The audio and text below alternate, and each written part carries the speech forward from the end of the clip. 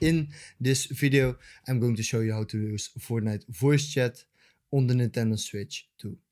So the first thing you want to do is you want to open Fortnite and you want to click on the plus or your Nintendo Switch. And what you want to do is you want to go to settings.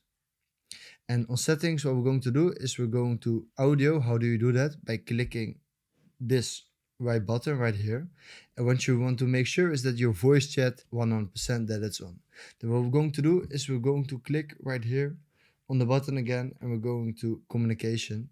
And on communication, what you want is we don't want it on off. So what you want is you want to have it on friends only, on friends and teammates, on everybody. We're just gonna say friends.